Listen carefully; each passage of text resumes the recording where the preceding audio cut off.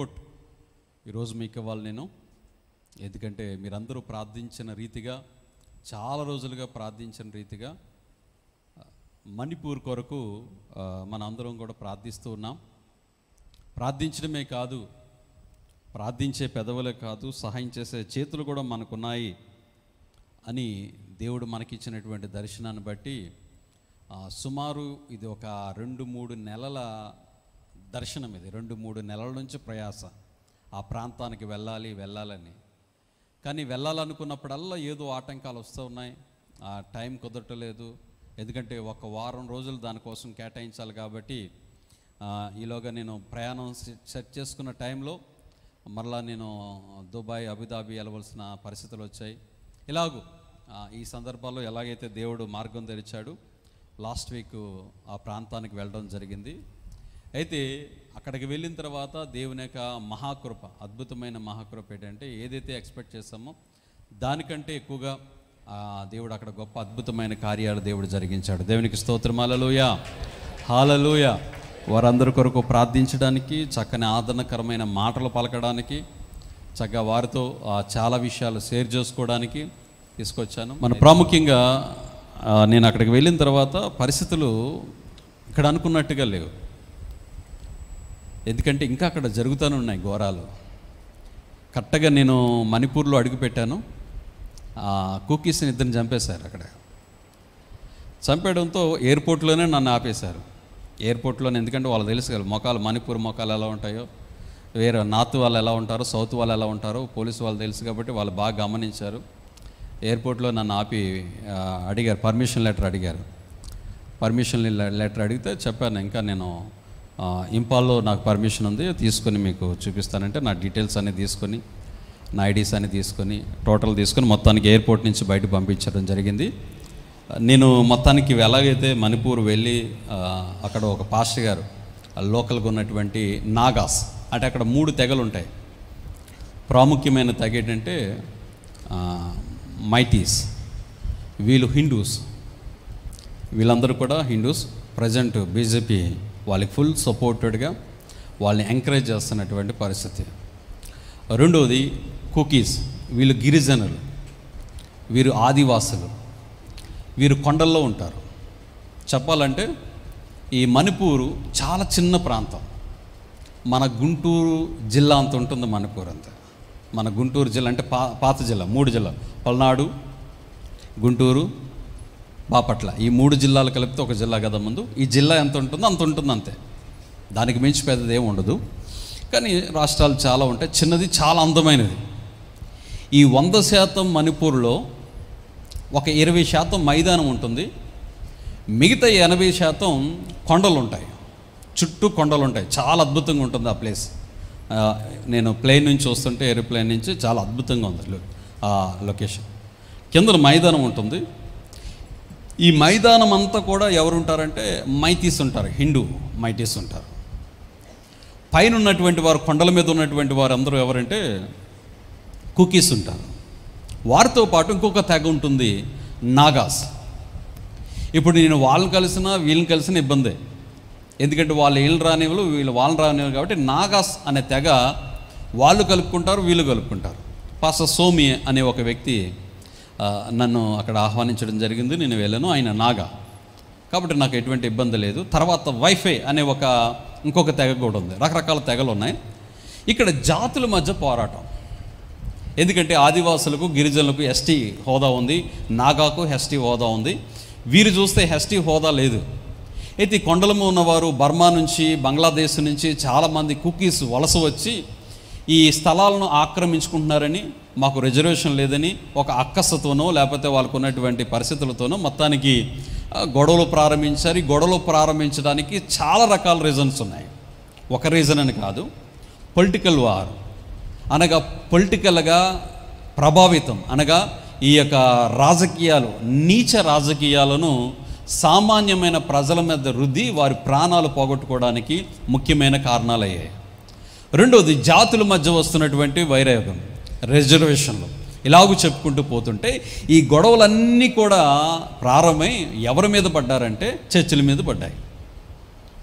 ఇదే తరువు, ఈ గొడవల్లో ఇదే తరువు ఏంటంటే ఒక్క చర్చ్ కూడా లేకుండా చేసేద్దాం అని చెప్పి సుమారు మణిపూర్ అంతా కూడా దేవుని మందిరాలతో నింపిపోయినటువంటి మణిపూర్లో సుమారు 400 చర్చిలు కాల్చేశారు. ఇది పై చర్చిలను చూస్తుంటే ఘోరంగా ఉన్నాయి. ఎక్కడ చూసినా కాలిపోయిన చర్చలే, ఎక్కడ చూసినా కూలిపోయిన చర్చలే. అయితే ఈ చర్చిలు ఒక్క కుకీ ప్రాంతంలో ఉన్నవారు చర్చిలు కాల్చలేదండి. మైటీస్ కూడా చాలామంది యేసు ప్రభువుని సొంత రక్షకుడిగా అంగీకరించారు. ఇప్పుడు హిందూ ఉన్నారండి, హిందూ కన్వర్ట్స్ చాలామంది ఇక్కడ ఉన్నటువంటి వారు సగం శాతం ఎవరు హిందూ కన్వర్ట్స్. ఇలాగూ మైటీ నుంచి ఎవరైతే హిందూ కన్వర్ట్ అయ్యారో వాళ్ళు కూడా వారి జాతి ప్రకారం వాళ్ళు చర్చెస్ కట్టుకుంటే వాళ్ళ యొక్క జాతి మీద కూడా కాకుండా, అంటే ఇక్కడ జాతి వివక్షడైతే ఆ చర్చలు కాల్చరు కదా. ఇక్కడ జాతి వివక్ష అనేది చూపిస్తున్నారు, కానీ ప్రధానమైన గోల్ ఏంటంటే మణిపూర్లో చర్చలు ఉండకూడదు. అలాగూ మైటీ శాఖ చర్చెస్ అన్నిటిని కూడా కాల్చివేయడం జరిగింది. మొత్తానికి చాలా ఘోరమైన పరిస్థితి. నేను అక్కడికి వెళ్ళిన తర్వాత నేను కుకీస్ ఏరియాకి వెళ్తున్నప్పుడు చాలా బలగాలు ఉన్నాయి. అసలు ఒక అడుగు కూడా ముందుకు వేయనట్లేదు. అంటే ఆ బార్డర్ దాటగానే ప్రతి ఒక 1/2 కిలోమీటర్కి పోలీసులు వాళ్ళు ఉంటారు, మిలిటరీ వాళ్ళు ఉంటారు, ప్రతిదీ చెక్ చేస్తారు. అయితే నాకు పర్మిషన్ లేదు. ఈ పర్మిషన్ సరిపోదంటే మళ్ళా నేను వెనక్కి వచ్చి మళ్ళీ పోలీసు వాళ్ళ దగ్గర నుంచి పర్మిషన్ తీసుకొని మళ్ళా వెళ్ళడం జరిగింది. చాలా ప్రాంతాలు వెళ్ళాను. వెళ్ళిన తర్వాత జరిగిన విషయం ఏంటంటే మీకు అన్నీ చూపిద్దామని చక్కగా ఫోన్లు అన్నీ తీసిన తర్వాత మొత్తాన్ని కుకీస్ అందరిని చూసుకొని మళ్ళీ రిలీఫ్ క్యాంప్ చూసుకొని వస్తుంటే, సార్ మీ ఫోన్ ఒకసారి ఇస్తారా అన్నాడు. ఇచ్చాను. ఏం చూస్తారులేని, లాక్ తీయండి అన్న. లాక్ తీశాను. మొత్తం డిలీట్ కొట్టి ఇచ్చాడు నాకు. ఇంకొకటి ఏంటి తెలుసా, ఆ డిలీట్ కొడుతూ మళ్ళీ స్టోరేజ్ అవుతాయి, డిలీట్ అయినవి కూడా ఒక చోట స్టోరేజ్ అవుతాయి. ఫోన్లో స్టోరేజ్ అవుతాయి, రీసెట్ చేసుకుందాం అనుకున్నా, అది కూడా డిలీట్ కొట్టాడు. అంటే దీన్ని బట్టి ఎంతగా వాళ్ళు ఉన్నారు, బయటికి ఏది కూడా పోవడానికి లేదు. వాళ్ళకి తెలియదు ఇంకొక ఫోన్ నా దగ్గర ఉందని. ఆ ఫోన్ నుంచి కూడా కొన్ని తీశాను. అయితే యాపిల్ ఫోన్ నుంచి తీసిన మాత్రం కొన్ని మిస్ అయ్యి, అంటే మెయిన్ మిస్ అయిపోయినాయి, కొన్ని మాత్రం ఉండగలిగాయి. కొన్ని ఇంటర్వ్యూస్ తీసుకున్నాను, కొంతమందితో మాట్లాడాను. నిజంగా ఆ ప్రాంతాలకు వెళ్ళి వాళ్ళకి ఏదో తగిన సహాయం, చిన్న సహాయం అందిస్తుంటే వారి కళ్ళల్లో ఆనందాన్ని చూసాం, ఆ ప్రేమను చూసాం. ఇంకోటి ఏంటంటే కుకీస్ అందరూ క్రైస్తవులే. దేవుడు ఎందుకు విడిచిపెట్టాడు వాళ్ళని అనడానికి ఒక ఆన్సర్ ఏంటో తెలుసా, వాళ్ళు కూడా సరైనటువంటి పరిశుద్ధత లేదు, అందుకే దేవుడు వాళ్ళని విడిచిపెట్టాడు. క్రైస్తవులైనంత మాత్రాన దేవుడు ఒక్కొక్కసారి ఎందుకు విడిచిపెడుతున్నాడంటే మళ్ళీ మనం మార్చుకోవడానికి, సరి చేసుకోవడానికి. అక్కడ ఎలా ఉందంటే ఆ ప్రాంతం అంతా ఎలా ఉందంటే గన్ కల్చర్ ఉంది. అంటే ప్రతి ఒక్కటి జేబులో ఏముంటుంది, ఇప్పుడు సెల్ ఫోన్ మన జేబులో ఉన్నట్టుగా వాళ్ళ జేబులో గన్ ఉంటుంది, గన్స్తో తిరుగుతారు వాళ్ళు. అలాంటి పరిస్థితులు, అలాంటి పాపంతో కూడినటువంటి పరిస్థితుల్లో ఆ ప్రాంతం వెళ్ళిపోయింది. మందిరాలు అయితే ఏకంగా ఎన్నో ఉన్నాయి, మన మందిరాలు కూడా పనికిరావు, పెద్ద పెద్ద మందిరాలు ఉన్నాయి. సో ఏదైనప్పటికీ దేవుడు ఆ నిరాశలుగా ఉన్నటువంటి వారిని మనం దర్శించడం, ఆకలితో అలముకుంటున్న వారిని దర్శించడం, వారికి ఆహారం పెట్టడం, వారికి కొన్ని బ్లాంకెట్స్ ఇవ్వడం, నిత్యావసర సరుకులు ఇవ్వడం. అయితే నేను ఏదో 1-2 దర్శించి వద్దాం అనుకుని అక్కడికి వెళ్ళిన తర్వాత బడ్జెట్ చాలా పెద్ద అయిపోయింది, ఏం చేయలేకపోయినా. అక్కడికి వెళ్ళిన తర్వాత ఏం చేయాలో అర్థం కాలేదు. మళ్ళీ ఇక్కడ నుంచి మా పాస్టర్ గారికి 2 ఫోన్ చేసి, అయ్యా మరి పరిస్థితి ఇది, కొంచెం అమౌంట్ సర్దండి, తర్వాత చూద్దామని ఏదో మనం అక్కడికి వెళ్ళిన తర్వాత కొంతవరకు వారికి సహాయం చేసి రాగలడానికి ప్రయత్నించాను. రైట్, మరి ఈ సమయంలో కొన్నిటిని నేను వీడియోలో చూపిస్తుంటాను. ఆడియో ఒకవేళ అర్థం కాకపోతే ఓకే, మామూలుగా చూడండి. కొన్ని ఫొటోస్, వీడియోస్ అన్నీ కూడా చూద్దాం. అది నేను ఎవరిస్తూ మాట్లాడుతుంటాను. రైట్, కొద్ది నిమిషాలు బర్నడ్ విలేజెస్ చూపిస్తున్నాను. ఇవన్నీ కూడా ఇలా కాలిపోయాయి, కాల్చేస్తున్న పరిస్థితులు ఇవన్నీ కూడా. ఆ వెహికల్స్ ఎలా కాల్చేస్తారు వాళ్ళు, అవన్నీ ఒక గ్రామాలు, అవన్నీ ఊర్లు. మీరు చూస్తున్నవన్నీ కూడా ఆ యొక్క ప్రాంతాలు.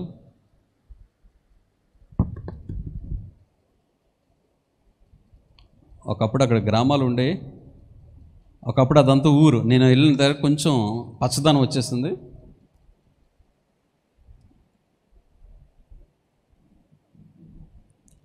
సుమారు 400 గ్రామాలు ఇలాగే మొత్తం కాల్చేశారు. చూడండి, పైన అదంతా పోయింది, గోడలు మాత్రమే మిగిలినాయి.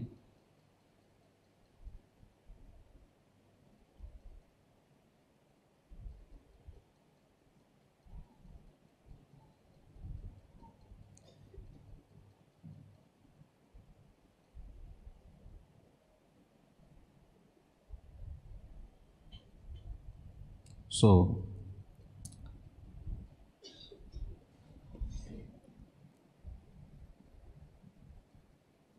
ఇదంతా ఒక ఊరు. ఇప్పుడు కొంచెం చెట్లన్నీ కాలిపోయి ఉన్నాయి. ఇప్పుడే మళ్ళా ఆ పక్కన ఉన్న చెట్లన్నీ కూడా కాలిపోయినవే, మళ్ళీ కొంచెం చిగురు వచ్చినాయి. రైట్, దానికి సంబంధించిన ఒక వీడియో కూడా మీకు ప్లే చేస్తున్నాను.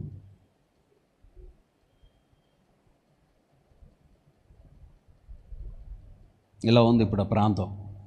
ఒకప్పుడు పిల్ల పాపలతో సంతోషంగా ఉండే ఆ ప్రాంతాలు ఎలా ఉన్నాయి చూడండి.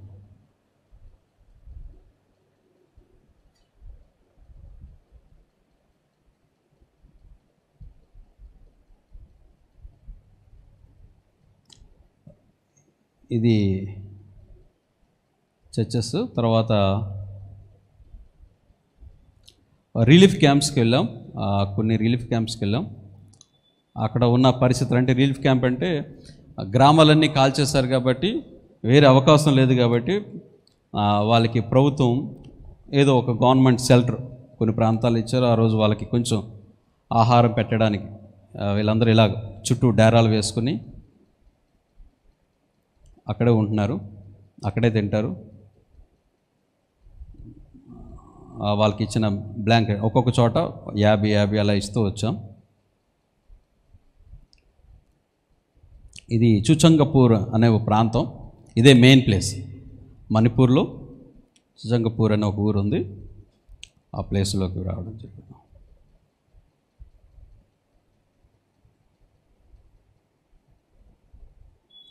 అది ఒక గవర్నమెంట్ బిల్డింగ్. అది చుట్టూ చీరలు కట్టుకునో లేకపోతే ఏదో డేరాలు కట్టుకునో ఉంటుంటారు. చలి భయంకరంగా ఉంది అక్కడ. చలికి తట్టుకోలేరు కాబట్టి వాళ్ళు కొంచెం సుమారు అది 800 రూపీస్తో ఉన్నటువంటి రగ్గులంటే బ్లాంకెట్ ఒకటి ఇవ్వడం జరిగింది వాళ్ళకి.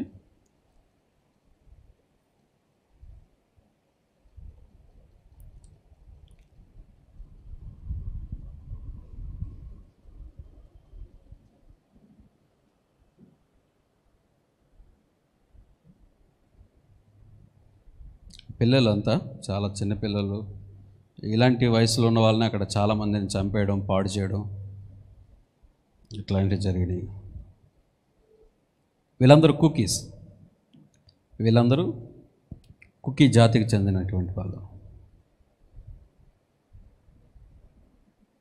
ఇందాక చూపించిన గ్రామాలు వీలివే, కాలిపోయిన గ్రామాలన్నీ కూడా వీలవే.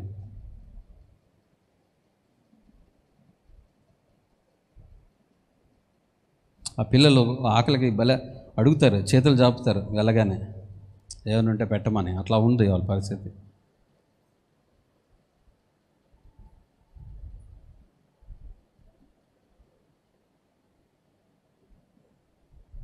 చక్కగా ఆడుకునే వయసు. అది వాళ్ళు ఉండే ఇల్లులలో ఉంటాయి.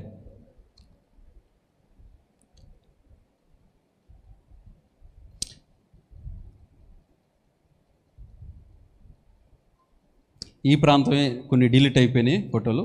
మళ్ళీ తీసి పంపించారు ఒక గ్రూపు.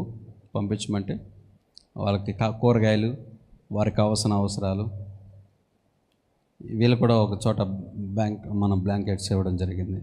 సో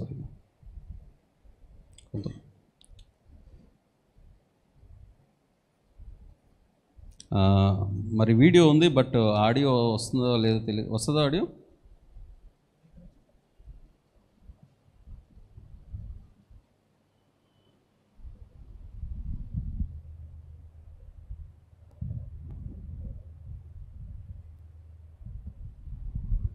సో వీడియో కూడా నేనే వెనకాల చెప్తాను. అక్కడ ఆల్రెడీ మాట్లాడుతూ వీడియో తీసాం.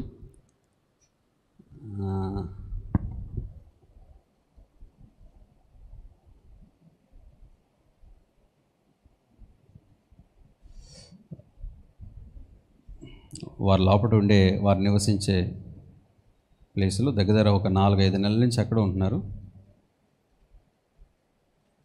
వీడియో కూడా స్టక్ అవుతుంది.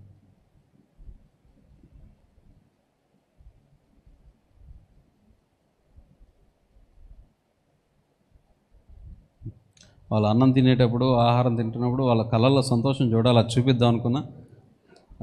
సరే లేదు, రైట్. ఇంకొకటి చూపిస్తాను.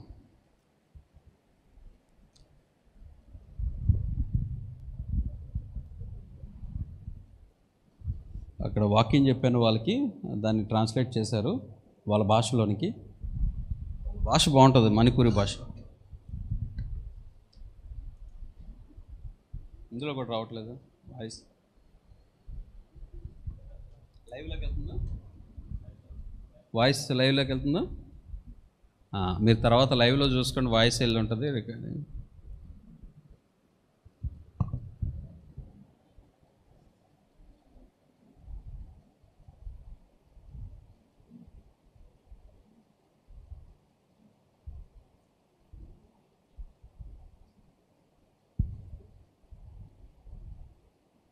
లైవ్లో వెళ్తుంది వాయిస్.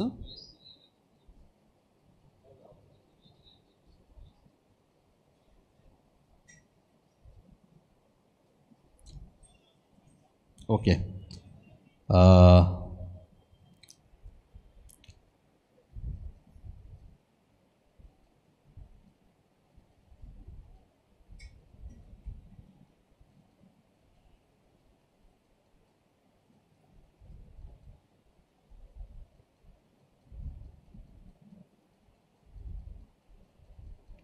ఇది చర్చెస్, కాలిపోయిన చర్చిలు ఇవి. అందులో మర్చికి ఒకటి రెండు చూపిస్తాను. ఇది అక్కడ ఎలా కాల్ చేశారో చర్చెస్ అని ఉన్నాయి. ఇగో ఇలా పడగొట్టి, ఇది ఒక పెద్ద మందిరం. ఈ మందిరాన్ని ఇలా పడగొట్టారు. బైబిల్ ఇలా కాలిపోయినాయి, లోపల ఉన్న బైబిల్స్, కాలిపోయిన బైబిల్స్ ఇవి.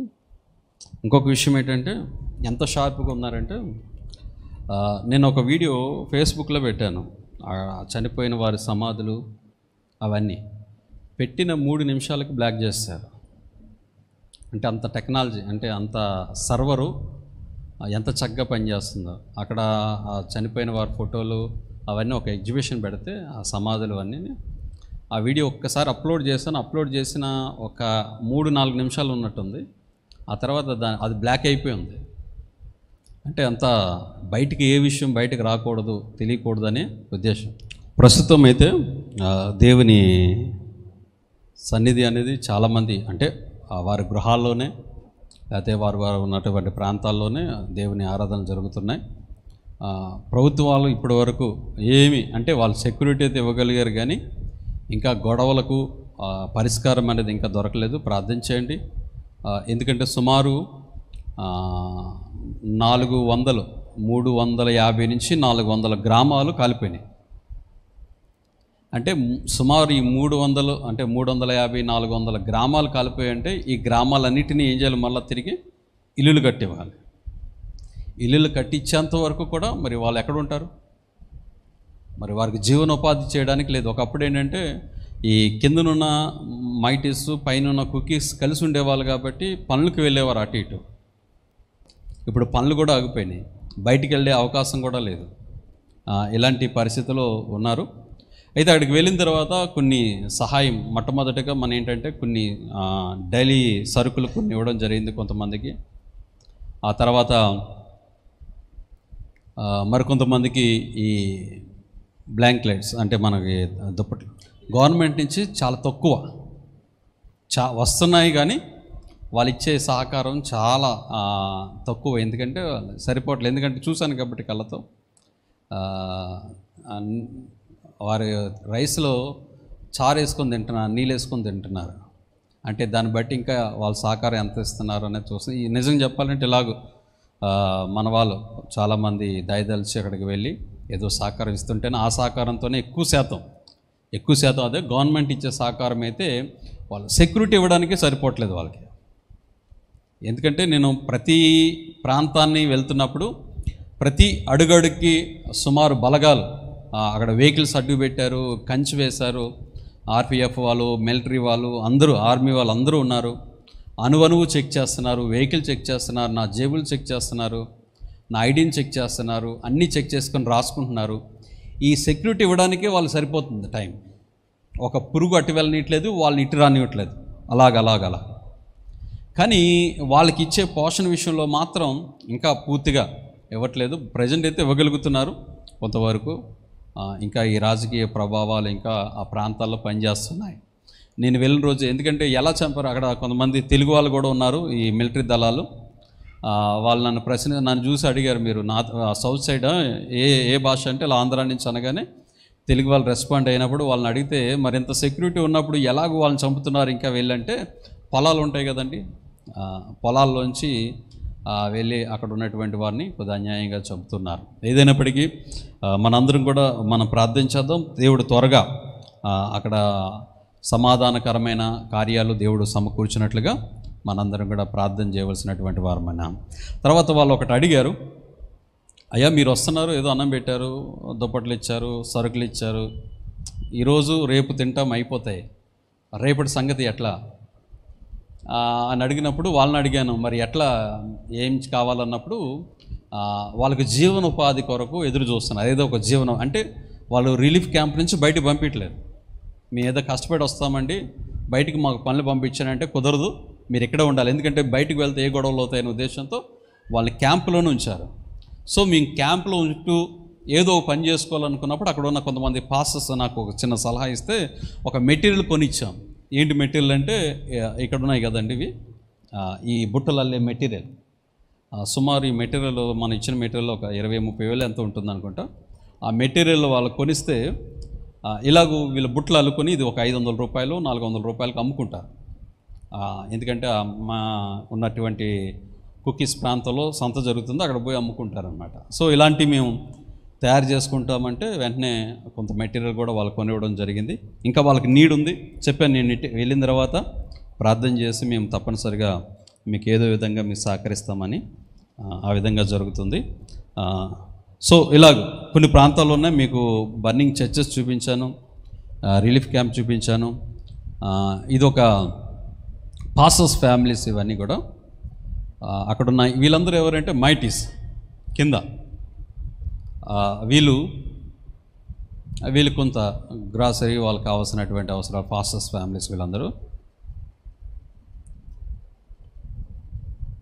వీళ్ళు పాస్టర్స్ కుటుంబాలు.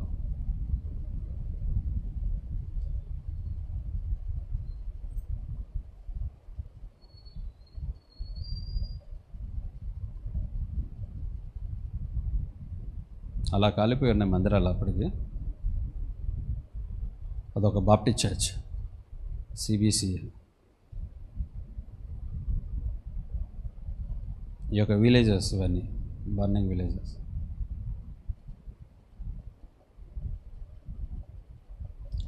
ఈ ప్రాంతం అంటే దీని వీడియో ఉంది. ఈ ప్రాంతం ఏంటి చెప్పనా, 2 మహిళలు నగ్నంగా ఊరేగించి అత్యాచారం చేశారు చూడండి, ఆ ప్లేస్ అది. అక్కడే ఆ పొలాల్లోనికి తీసుకెళ్ళి చాలా కష్టపడ్డాను అక్కడికి వెళ్ళడానికి. 2 స్త్రీలను అంటే ప్రపంచాన్ని అంతటినీ కూడా ఉనికిలో తీసుకొచ్చింది ఈ సంఘటన. అందరూ ఆశ్చర్యపోయేటట్టు చేసిన సంఘటన ఇక్కడే జరిగింది, ఇదే ప్లేస్.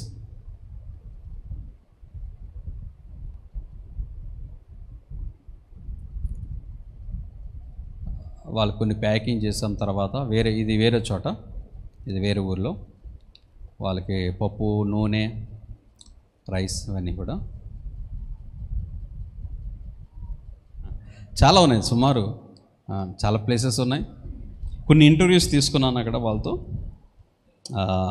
అంటే అక్కడ ఎందుకు జరిగింది ఈ పరిస్థితులు, మీకు ఎలాగ ఉంది ఇక్కడ పరిస్థితులు, ఇందాక ఆనంద్ గారు అడిగారు కదా, అక్కడ ఇంకా పరిస్థితి ఎలా ఉందని వాళ్ళ నోట నుంచి, అంటే వాళ్ళు ఎలా ఫీల్ అవుతూ చెప్తున్నారు. ఆ రాత్రి అనగా ఒక సుమారు రాత్రి 9:30 ఆ టైంలో ఒకేసారిగా గుంపుగా వారి మీద పడి ఎలాగూ వాళ్ళని హింసించారు, ఎలాగూ స్త్రీలను ఎత్తుకుపోయారు, ఎలాగూ బర్న్ చేశారు, ఎలాంటి పరుగులు పరిగెత్తారు. వాళ్ళ మాటల్లో చెప్పారు, కళలు వాళ్ళ మాటలు చెప్పారు, వాళ్ళ అవసరాలు చెప్పారు, వారి అక్కర్లన్నీ చెప్పారు. అవన్నీ కూడా నేను రికార్డ్ చేశాను. వాళ్ళందరి కోసం కూడా మనం ప్రార్థించేద్దాం. ఇక్కడ నేను ఉన్న వారం రోజుల్లో గమనించింది ఏంటంటే, ఇది ఒక పొలిటికల్ వార్. ఇది 2 అమాయకులే, అటు కుకీస్, మైటీస్ అందరూ మంచి వాళ్ళే, ఎవరు కూడా చెడ్డవాళ్ళు ఎవరు లేరు. ఈ పొలిటికల్ వార్లో చేసింది కాబట్టి ఇది ఎక్కువగా ప్రభావితం చేసింది, లేకపోతే ఎక్కువగా నష్టపోయింది ఎవరంటే క్రైస్తవులు, చర్చెస్, మిషనరీ సంస్థలు చాలా ఉన్నాయి. ఇంకొక విషయం ఏంటంటే, క్రైస్తవులో విశ్వాసం కలిగిన వారు ఉన్నారు. కొంతమంది క్రైస్తవులు అంటే వాళ్ళ కుకీస్ అందరూ క్రైస్తవులు కాబట్టి క్రైస్తవ కుటుంబంలో పుట్టారు, కానీ నిజమైన రక్షణ లేదు, నిజమైన ఆత్మీయ జీవితం లేదు. చర్చకు వస్తారు వాళ్ళు, కానీ వాళ్ళు పైన గంజాయి పండిస్తారు. గంజాయి అంటే ఇంకా చాలా తక్కువ, దానికంటే చాలా ఘోరమైందంటే ఒక ఫ్లవర్, ఒక మత్తు అంటే దుబాయ్ ఇలాంటి గల్ఫ్ దేశాలకు కొన్ని నైజీరియా ఇలాంటి ప్రాంతాలకు అన్నిటికీ కూడా ఎక్స్పోర్ట్ అవుతుంటాయి. ఇది కూడా ఒక కారణం. ఇది అందరూ చేస్తున్నారని కాదు, ఒక తెలియనటువంటి ఒక చిన్న వర్గం, ఆ వర్గంలోనే ఒక ప్రత్యేకమైన మూర్ఖత్వంతో కూడిన వర్గం. ఇప్పుడు ఏమవుతుందంటే ప్రపంచాన్ని అంతటికి మంచిగా భక్తిగా దేవుని సన్నిధిలో ఎదిగే వాళ్ళు కూడా ఈ మచ్చ వాళ్ళ మీద పడుతుంది. ఎవరో ఒకరిద్దరు చేసిన పనికి, ఇప్పుడు చర్చ్ ఉందండి, చర్చిలో ఏదైనా ఒక చిన్న ఎవరైనా ఒక తప్పు చేశారనుకోండి, ఇమీడియట్గా ఆ ఎఫెక్ట్ ఎవరి మీద పడుతుంది? చర్చ్ మీద పడుతుంది, కాపర్ మీద పడుతుంది. అలాగే ఆ దానిలో నుంచి ఒక వ్యక్తి కొంతమంది చేస్తున్నటువంటి పనుల వలన మొత్తం ఆ ప్రాంతానికి ఆ జాతికి కొంచెం కలంకం తీసుకొచ్చింది. ఆ విషయాలు కూడా వాళ్ళు చెప్తూ బాధపడ్డారు. కాబట్టి అవి కూడా అక్కడ జరుగుతున్నాయి. అయితే ఆత్మీయ జీవితం ఎక్కడా సన్నగిల్లలేదు. ఇక్కడ ప్రాముఖ్యంగా నేను అక్కడికి వెళ్ళిన తర్వాత ఒక ప్రాంతానికి వెళ్ళి ఒక రిలీఫ్ క్యాంప్కి వెళ్ళి అక్కడ కొన్ని దేవుడి మాటలు చెప్పిన తర్వాత, దేవుడి మాటలు విన్న తర్వాత వాళ్ళు ఒక మాట ఏమన్నారంటే, మేము ఆహారం లేకపోయినా మాకు పర్వాలేదు, మాకు వస్త్రాలు లేకపోయినా మాకు పర్వాలేదు, దేవుడు మాకు తోడుగా ఉన్నాడు, ఆమేన్ హల్లెలూయా, మమ్మల్ని ప్రాణాలతో లేవనెత్తాడు. ఏ విధమైన ఒకవేళ మేము దేవుని కొరకు చచ్చిపోమన్నా మేము చచ్చిపోతాం, కానీ ఎక్కడ మా విశ్వాసము వెనకాడే పరిస్థితి లేదని చాలా ఎక్కువ శాతం, అంటే ఎక్కువ శాతం మంది ముందుకు వచ్చి ఇచ్చినటువంటి సాక్ష్యాలు అదే. అంటే ఇలాంటి పరిస్థితులు జరిగిన గ్రామాలు తుడుచుకుపెట్టుకుపోయినా, సుమారు 500 మందికి పైగానే మరణించిన వారిలో ఏ విధమైనటువంటి అధైర్యం అనేది లేదు. విశ్వాసములో ఒక్క అణువు కూడా వాళ్ళు వెనక్కి వెళ్ళిపోలేదు, త్రుంగిపోలేదు. మన జీవితంలో ఎలాంటి సంఘటన, ఒకవేళ మన జీవితంలో ఎలాంటి సంఘటన ఒకటి మచ్చుకు జరిగితే ఏం చేస్తాం? దేవుని మీద ఎన్నో నెపాలేస్తాం. ఈరోజు ఆదివారం ఎక్కడ కూర్చొని ఆరాధన చేస్తున్నాం మనం? చర్చిలో చక్కగా స్లాబ్ కింద ఫ్యాన్ల కింద చక్కగా కూర్చొని మనం ఆరాధన చేస్తున్నాం. వాళ్ళు ఎక్కడ ఇప్పుడు ఆరాధన చేస్తున్నారో తెలుసా? మెయిన్ రోడ్ల మీద అవే వాళ్ళకి తార్ రోడ్లు ఉంటాయి కదా, మెయిన్ రోడ్ల మీద కూర్చుంటారు, పొలాల్లో కూర్చుంటారు, చెట్ల కింద కూర్చుంటారు, లేదా ఇండ్లు జరిపోతే ఇండ్ల దగ్గర కూర్చుంటున్నారు. దేవుడు మాకు ఇల్లు తీసేశాడు, దేవుడు మాకు గ్రామాలు తీసేశాడు, జీవనోపాధి తీసేశాడు, మా బంధువులు చాలామంది చచ్చిపోయారని ఎవరు కూడా దేవుని సన్నిధిని అశ్రద్ధ చేసే జనాలు అక్కడ కనబడటం లేదు. ఆమేన్ హల్లెలూయా. వారి విశ్వాసము 1 ఇంచ్ కూడా ఏ మాత్రము కూడా వెనకాడకుండా చాలా స్ట్రాంగ్ బిలీవర్స్గా వాళ్ళు ఉన్నారు. ఇంకా చెప్పవలసిన విషయం ఏంటంటే, కుకీస్ కంటే మైటీస్లో చాలామంది విశ్వాసంతో ఉన్నటువంటి వారు కూడా ఉన్నారు. భయంకరమైన హిందూయిజం ఉంది.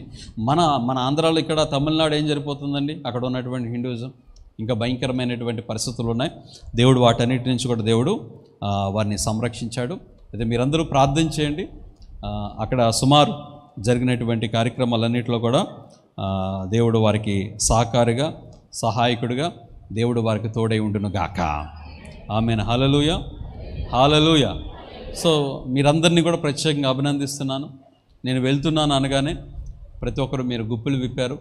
చక్కగా ఆ పని కొరకు ఏదో ఒక చిన్నదైనా అక్కడ ఏదైనా సహకారం అందించబడుతుందనే ఉద్దేశంతో మీరందరూ సహకరించారు. సహకరించిన మీ అందరి దేవుడు బహుగా దీవించును గాక. అక్కడికి వెళ్ళిన తర్వాత అవి ఒక మూల కూడా సరిపోలేదు నేను చెప్పాలంటే. ఎందుకంటే ఒక క్యాంప్కి వెళ్తే అక్కడ 100 మంది ఉంటున్నారు, ఒక క్యాంప్కి వెళ్తే 200 మంది ఉంటున్నారు. ఏమి ఇవ్వాలో అర్థం కావట్లేదు, ఏం చేయాలో అర్థం కావట్లేదు. అక్కడికి వెళ్ళిన తర్వాత చాలా బాధ అనిపించింది. అయ్యో మన ఇక్కడి నుంచి పంపించేసినా సరిపోయేది, కానీ అక్కడికి వెళ్ళిన తర్వాత వాళ్ళని చూస్తుంటే ఏం చేయాలో ఏం అర్థం అవ్వట్లేదు. ఒకవేళ ఎవరితోనా మనం ఈ ఫోన్పేలు గూగుల్ పేలు కొట్టించుకోవాలనుకున్నా ఇంటర్నెట్ పనిచేయదు. అక్కడ టోటల్ ఇంటర్నెట్ బంద్ చేశారు. నేనుంటున్నటువంటి హోటల్లో వాడు ఇంటర్నెట్ ప్రొవైడ్ చేశాడు. అందుకని ఏదైనా అవసరం ఉంటే త్వరగా వెళ్ళి ఆ నైట్ ఆ ఇంటర్నెట్ వాడుకొని ఏదైనా ఉంటే అమౌంట్స్ మళ్ళీ తెప్పించుకొని ఇలా వాడుతూ అక్కడ కార్యక్రమాలన్నీ చేయడం జరిగింది. క్షేమంగా మళ్ళీ సురక్షితంగా దేవుడు ఈ ప్రాంతానికి నడిపించడం జరిగింది. దేవునికి మహిమ కలుగును గాక. ఆమేన్ హల్లెలూయా.